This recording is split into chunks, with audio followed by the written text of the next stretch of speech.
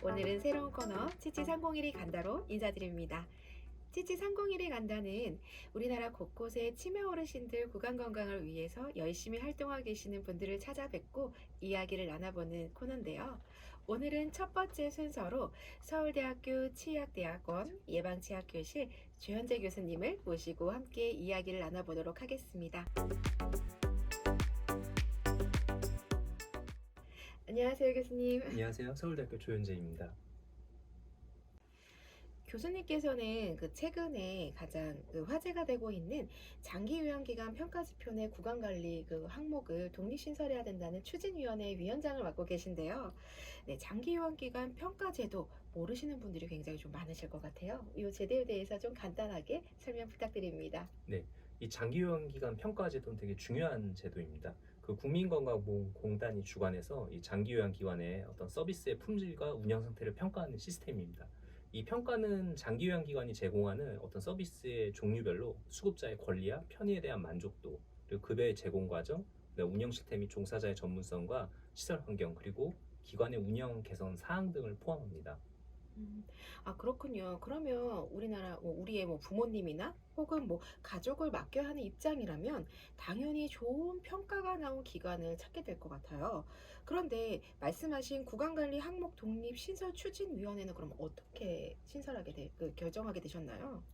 네, 이 현재 그 장기요양기관 운영에 이제 기준이 되고 있는 이 장기요양기관 평가에 이제 구강을 평가한 항목이 있긴 있습니다. 근데 이게 별도로 되어 있는 게 아니라 이제 수급자의 어떤 청결 항목 안에서 뭐 세면, 몸단장, 목욕 이런 거가 이렇게 뭉뚱그려 갖고 묶여져 있고, 그나마 이거 점수 비중도 한 100점 중에 2점에 밖에 불과하다는 사실을 이제 얼마 전에 이제 대한치매 구강건강협회 임지 회장님이 알려주셨습니다. 그래서 이 구강관리 항목을 좀 적어도 소분류나 중분류 이런 항목으로 독립시키자고 제안해 주셔서 그 취지에 절대적으로 이제 공감해서 참여하게 되었습니다. 그렇다면 이 장기요양 평가 지표의 구강관리 항목의 신설이 필요한 이유를 한번 말씀해 주실 수 있을까요? 네, 이 구강 질환, 그 이 안에서 치주 질환이죠. 이런 것들이 이제 최근에 전신 질환과 관련이 되게 깊다고 많이 알려져 있습니다. 그래서 뭐 이런 걸 이제 치주 질환은 비전염성 만성 질환, 그래서 NCD라고 좀 지칭을 합니다. 그래서 심혈관계 질환 또는 당뇨, 조산, 치매, 뇌졸중, 암 이렇게 이런 것들과 이제 공통 위험 요인, 뭐 커먼 리스크 팩터를 갖는다라고 널리 알려져 있습니다. 그래서 치주 질환은 이제 잇몸에 생긴 염증인데 이게 구강 내로만 국한되는 것이 아니라 그 혈류를 타고 전신의 장기로 가서 악영향을 미칠 수 있습니다.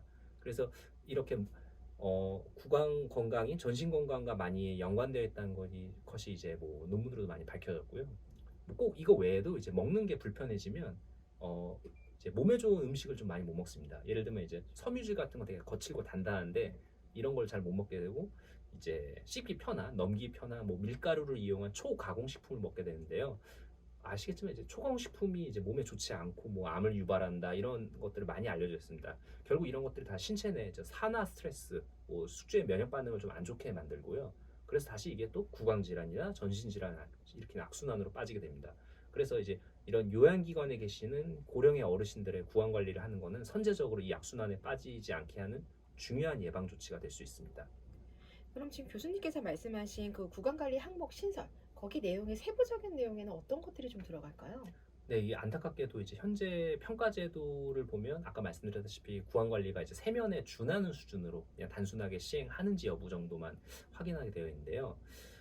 이게 구강 관리가 질적으로 정말 잘 이루어지고 있는지 좀 평가를 할 수 있도록 체계적으로 이 평가 항목을 좀 정비할 필요가 있습니다. 아까 말씀드린 이제 적어도 이제 과정 평가 아니라 이제 결과 평가에도 들어가야 되고, 이제 어떤 하나의 이제 항목이 아니라 이제 소분류나 중분류 쪽으로 좀 들어가야 될 필요도 있습니다. 이런 일본의 사례를 좀 참고하면은 종사자분들에 대한 주기적인 구강관리 교육이나 장기요양기관 입소자분들에 대한 구강검진이 정기적으로 이루어지고 있는지 이런 것들도 좀 포함되면 좋을 것 같습니다.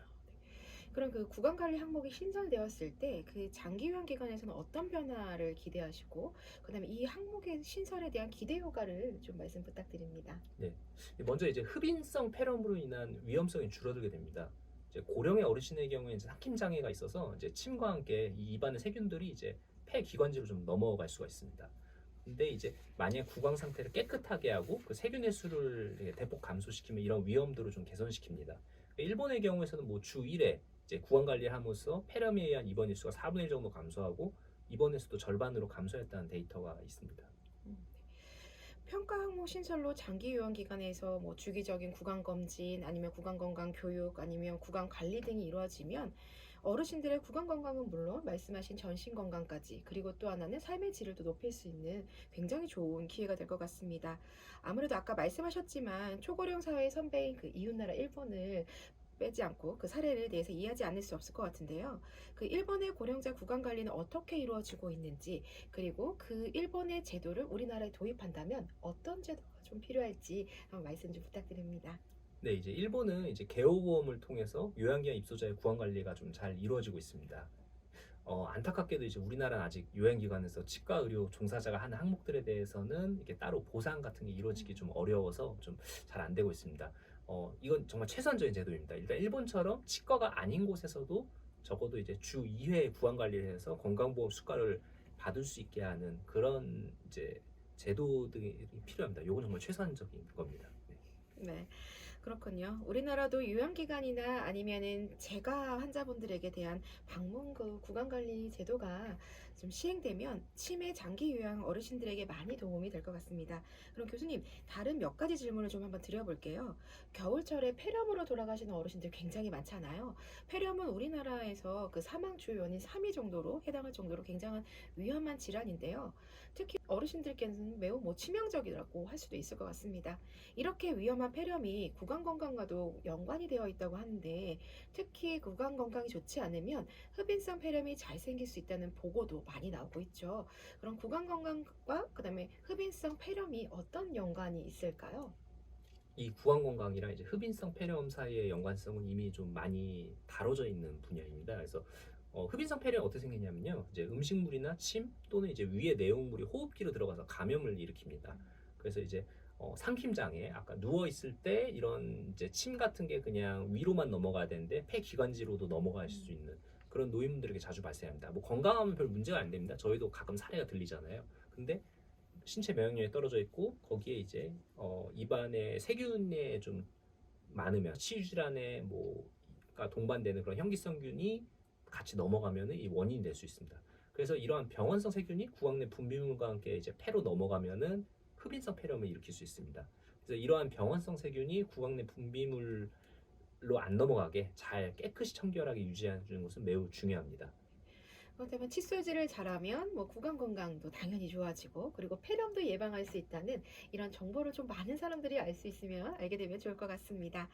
그리고 또 교수님, 어르신들에게는 불소 치료하는 것이 충치 예방에 효과가 있을까요? 예를 들면 치근 후식에 불소를 발라준다든지 아니면 불소 치약을 추천해 준다든지 이런 거는 좀 어떨까요? 네, 매우 도움이 됩니다. 그러니까 이제 원래 이제 충치 위험도가 높은 시기가 유아기, 이제 치아가 막 나오고 뭐 10대나 20대 때인데요. 그러다가 이제 한 성인이 되면서 점점 위험도가 떨어집니다. 근데 다시 고령이 되면 위험도가 증가하는데요. 이거는 나이가 들어서 타액이나 치매 분비가 잘 안 되고 그러기에 따라서 이제 충치를 이제 막아주는 그런 성분들이 잘 안 나오면서 위험도가 올라가게 됩니다. 그래서 어르신들에게 충치 예방을 위해서 불소도포를 하는 것은 매우 지극히 합리적입니다. 네. 그렇다면 자신 있게 뭐 불소 도포라든지 아니면 불소 치약을 좀 추천해 드려야겠네요. 이왕이면 고불소가 아, 좋습니다. 네. 1500ppm에. 네, 고불소 치약을 추천드리도록 하겠습니다. 네. 마지막으로 그럼 교수님, 치매 장기 요양 어르신들과 그리고 가족분들 그리고 종사자분들께 힘이 되는 한 말씀 좀 부탁드립니다. 아, 네.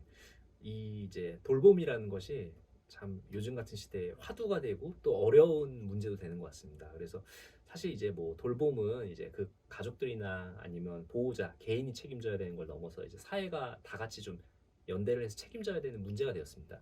그래서 치매나 이런 장기 요양이 필요한 어르신들을 돌보는 일은 개인이나 가족의 힘만으로 하기엔 좀 너무 큰 부담이 되었습니다. 이제는. 그래서 이런 도전에 이제 직면한 이제 가족과 종사자분들은 결코 이제 혼자가 아니라고 좀 생각을 해주셨으면 좋겠습니다. 그리고 사실 사회와 같이 해야 되고요. 이런 사회적 지원과 관심이 열악한 상황에서 묵묵히 이 돌봄을 하시는 분들한테 더 실질적인 지원이 될 수 있게 제도들이 더 정비가 되어야 한다고 생각합니다. 이런 구강도 이런 부분이 좀 필요합니다. 네. 아, 결코 혼자가 아니다. 라는 이 교수님의 그 말씀이 정말 힘이 되실 것 같습니다. 감사합니다, 교수님. 네, 오늘 치치 상봉일이 간다는 서울대학교 치약대학원 예방치약교실 조윤재 교수님과 함께 했습니다. 장기 요양 기간 평가에 있어서 이 구강관리 항목이 꼭 신설되기 바라면서 오늘 치치 301 간다 마치겠습니다. 감사합니다. 오늘도 이 영상이 도움이 되었다면 구독, 좋아요 꾹꾹 눌러주세요. 감사합니다. 치매 극복 대한민국 치치 301이 함께합니다.